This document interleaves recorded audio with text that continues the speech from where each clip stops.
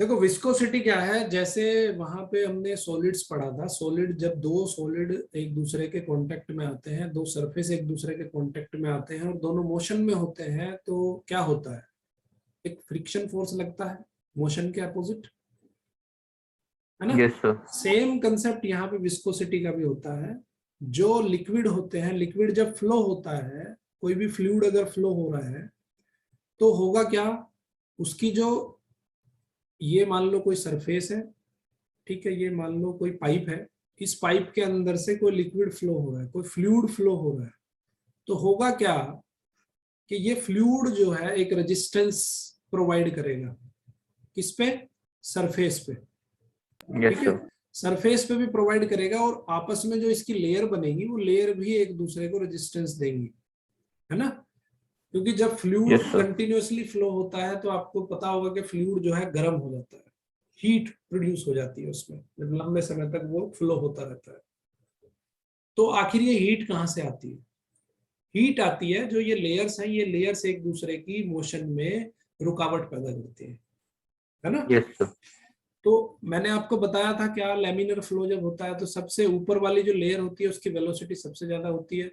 नीचे नीचे जैसे हम आते हैं तो वेलोसिटी डिक्रीज होती चली जाती है, और जो सबसे नीचे वाली लेयर होती है वो जीरो वेलोसिटी पर होती है। ठीक है, तो ये लेयर्स क्या है? ये लेयर्स आपस में फ्रिक्शन पैदा करती है। ठीक है, और इस यस सर। फ्रिक्शन को ही हम कहते हैं विस्कोसिटी। तो जिस फ्लूइड का विस्कोसिटी ज्यादा होगा, जिस फ्लूइड का विस्कोसिटी ज्यादा होगा, तो यस सर। उसको फ्लो करने के लिए हमें ज्यादा स्पीड की जरूरत पड़ेगी, ज्यादा फ्रिक्शन वहां पे पैदा होगा, है ना। Yes sir.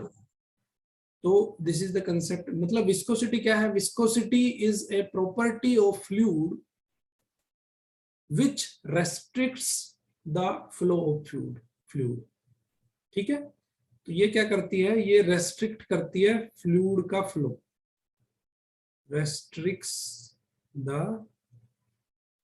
Flow of fluid. Clear है? Yes sir. तो कंसेप्ट क्या है कि जिस फ्लूइड की विस्कोसिटी ज्यादा होगी, वहां पे ये रेस्ट्रिक्शन ज्यादा होगा, है ना। Yes sir.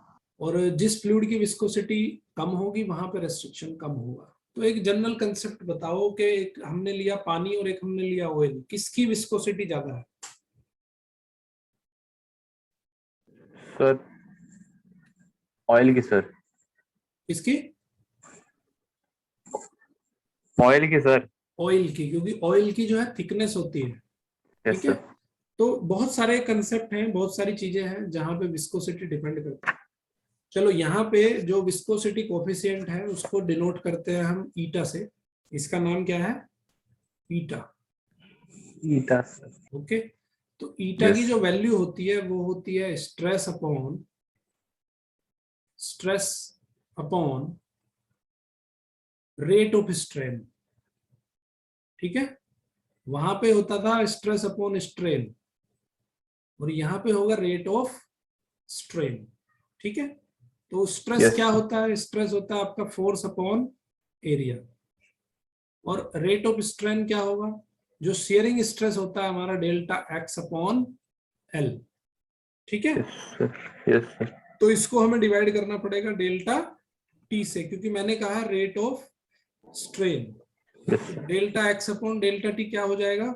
वी लिख सकता हूं इसको। Yes sir. तो मैं लिख देता हूं delta x upon delta T को वी अपॉन एल। क्लियर है कंसेप्ट? तो मैं यहाँ पे यस सर। ईटा की वैल्यू लिख सकता हूं F into L upon A into V. देखिए, यहां से बहुत सारी चीजें हैं ईटा की वैल्यू जिस पे डिपेंड करती है। इसको कहते हैं विस्कोसिटी कोफिशिएंट। ठीक है, यस यस इसको सर। क्या कहते हैं? Viscosity coefficient. Viscosity coefficient. Coefficient. तो अब विस्कोसिटी कोफिशिएंट को देख के ही आप बता सकते हो कि विस्कोसिटी कोफिशिएंट कब ज्यादा होगा और कब कम होगा। ज्यादा फोर्स लगेगा तो विस्कोसिटी कोफिशिएंट बढ़ जाएगा। Yes sir. ठीक है, और अगर ब्लॉक की लेंथ ज्यादा होगी तो विस्कोसिटी कोएफिशिएंट बढ़ जाएगा। लेकिन अगर एरिया कम हो, एरिया ज्यादा होगा तो विस्कोसिटी कोएफिशिएंट कम हो जाएगा, yes है ना। sir, वेलोसिटी अगर ज्यादा होगी तो विस्कोसिटी कोएफिशिएंट कम हो जाएगा। yes sir, क्लियर है। तो ये कुछ चीजें हैं जिन पे विस्कोसिटी कोएफिशिएंट आपका डिपेंड करता है।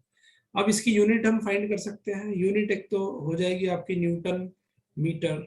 यूनिट क्या आ जाएगी इसकी, यूनिट आ जाएगी इसकी न्यूटन, या न्यूटन की जगह लिख लो आप केजी मीटर पर सेकंड स्क्वायर, केजी मीटर पर सेकंड स्क्वायर, और यहाँ पे एल की जगह मीटर आ जाएगा, ए की जगह पे मीटर स्क्वायर और वी की जगह पे मीटर पर सेकंड।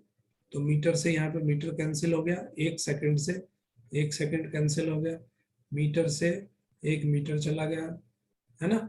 तो यहाँ पे बचा आपका केजी पर मीटर सेकंड। तो ये हो गया इसका यूनिट, ठीक है। yes sir, दूसरा इसको यूनिट वो भी कह सकते हैं, newton metre upon metre square और मीटर पर सेकंड। तो मीटर से मीटर एक कैंसिल हो गया, तो इसको कह सकते हैं हम न्यूटन सेकंड पर मीटर स्क्वायर, ठीक है। ये भी इसका यूनिट कह सकते हैं। तो नॉर्मली जो इसका एसआई यूनिट होता है उसको कहते हैं पोइजिली, पीआई, ठीक है। जैसे पास्कल होता है वहां पे प्रेशर yes का, sir, ठीक है। उसी तरह से हम इसको यहाँ पे यूनिट ऑफ विस्कोसिटी जो है वो यूज करेंगे। SI unit of viscosity is poiseuille, POISEIU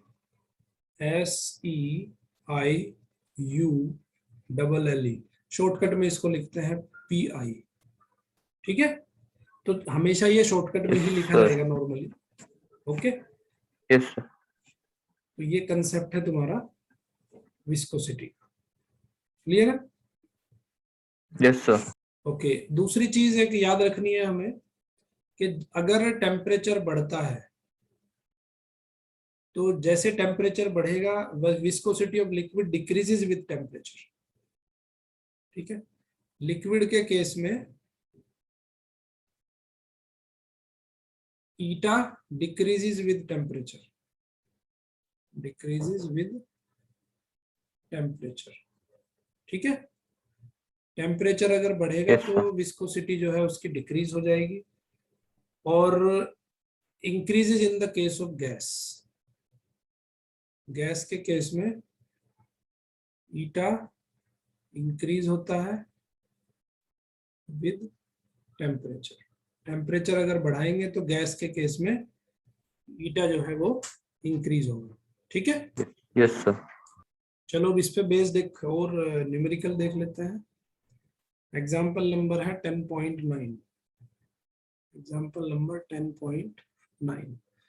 तो 10.9 क्या कहता है, मेटल ब्लॉक ऑफ एरिया 0.1, यहाँ पे फिगर एक बना लो, फिगर इसका दिया हुआ है। तो इस तरह से एक ब्लॉक है मेटल का, ठीक है। यहाँ पे क्या है, इस ब्लॉक के नीचे ना थोड़ा सा लिक्विड है कुछ, ओके। अब yes इसमें sir, क्या है, ये लिक्विड की एक फिल्म है, कोई लिक्विड है उसकी फिल्म डाल दी है ब्लॉक के नीचे, जिससे कि फिसलने में आसानी रहे। यहाँ पे एक पुली लगा रखी है और इसमें रस्सी बांध रखी है। इस रस्सी के थ्रू यहाँ पे एक और ब्लॉक इससे बांधा हुआ है जिसका मास है 0.01 kg, ठीक है। और ये जो है इस तरह से ये, तो ये है आपकी पुली, ओके। ये सारी चीजें yes इसमें sir, दी, ओके। तो metal block of area 0.1 metre square, ये मेटल ब्लॉक का एरिया कितना दे रखा है उसने, 0.1 मीटर स्क्वायर। ये है मेटल ब्लॉक का area, is connected to a mass, इसका मास दे दिया उसने 0.010 0.01 kg mass via a string that passes over an ideal pulley considered massless and frictionless as in figure, a liquid with a film thickness। अब liquid की जो film thickness है L, वो कितनी दे रखी है उसने, 0.30 millimeter, 0.30 मिलीमीटर। इसको हम मीटर में कन्वर्ट कर लेंगे तो ये हो जाएगा 0.3 इंटू 10⁻³ मीटर, क्लियर है। It is Yes, sir. placed between the block and the table. When released, the block moves to the right with a constant speed. Speed उसने दे रखी है कितनी? V की वैल्यू दी है 0.085 मीटर पर सेकेंड। तो पूछ रहा है find the coefficient of viscosity of the liquid. हमें फाइंड करना है coefficient of the viscosity of the liquid. तो क्या होता है भाई? Force upon area upon V upon L, यही बताया था। Yes, sir. तो फोर्स अपॉन एरिया निकाल लो। फोर्स अपॉन एरिया कितना होगा? mg, F जो है mg के बराबर आएगा, mg upon 0. ठीक है। तो mg Yes, कितना हो जाएगा? 9.8 इंटू 10 टू द पावर -2। ये 0.01 Yes, sir. है, तो 9.8 इंटू 10 टू द पावर -2 ये हो जाएगा F की वैल्यू, ठीक है। अपॉन एरिया कितना है? एरिया है 0.1 मीटर स्क्वायर। नीचे क्या रखना है? नीचे V की वैल्यू, V की वैल्यू है 0.085, है ना। और नीचे L की वैल्यू है 0.3 इंटू 10 टू द पावर -3। इन सबको जब हम सोल्व करेंगे तो आंसर आ जाएगा हमारा 3.46 into 10 to the power -3 pascal second, ठीक है।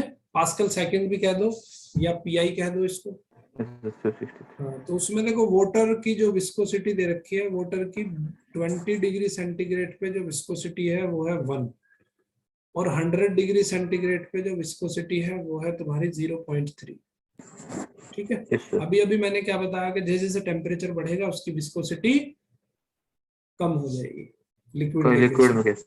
ठीक है। ब्लड की जो विस्कोसिटी होती है, ब्लड की विस्कोसिटी होती है 37 डिग्री सेंटीग्रेड, जो हमारी बॉडी का टेम्परेचर होता है उस पे होती है 2.7, मतलब वाटर से ज्यादा विस्कोसिटी होती है ब्लड की, Yes, है ना। sir. और एक होता है मशीन ऑयल। मशीन ऑयल की जो विस्कोसिटी है वो 16 डिग्री टेम्परेचर पर होती है 113, और 38 डिग्री टेम्परेचर पे हो जाती है कितनी? 34। Yes, sir. Clear? Yes, sir. Okay. और ग्लिसरीन की अगर विस्कोसिटी देखो, ग्लिसरीन की विस्कोसिटी देखते हैं हम 20 डिग्री 830. सेंटीग्रेड पर उसकी वेलोसिटी, 830. उसकी जो होती है विस्कोसिटी वो होती है 830, बहुत ज्यादा, है ना। Yes, sir. Yes, sir. Honey की विस्कोसिटी होती है 200, हनी की Yes, sir. विस्कोसिटी होती है 200। और एयर की विस्कोसिटी 0 डिग्री सेंटीग्रेड पे होती है 0.01. 0.017, और यहीं पे ये विस्कोसिटी 40 डिग्री सेंटीग्रेड पे हो जाती है 0.019, ठीक है। टेम्परेचर देखो, एयर क्या है? गैस है आपकी, तो गैस में जब टेम्परेचर बढ़ता है तो विस्कोसिटी भी बढ़ जाती है ना। यहाँ पे लिक्विड के केस में जब टेम्परेचर बढ़ रहा है तो विस्कोसिटी डिक्रीज हो जाती है। Clear concept? Yes, sir. Lecture पूरा देखा आपने, आई होप कि आपको बहुत अच्छे से मैं समझा पाया होगा। तो अगर इस चैनल में आगे भी आपको अपडेट चाहिए तो मेरे चैनल को लाइक करिए, शेयर करिए, सब्सक्राइब करिए, और ज़्यादा ज़्यादा लोगों तक इस मुहिम को पहुंचाइए जिससे कि मैक्सिमम लोगों तक बेनिफिट पहुंच सके। Thank you very much. देखते रहिए मैथ किंग मेकर।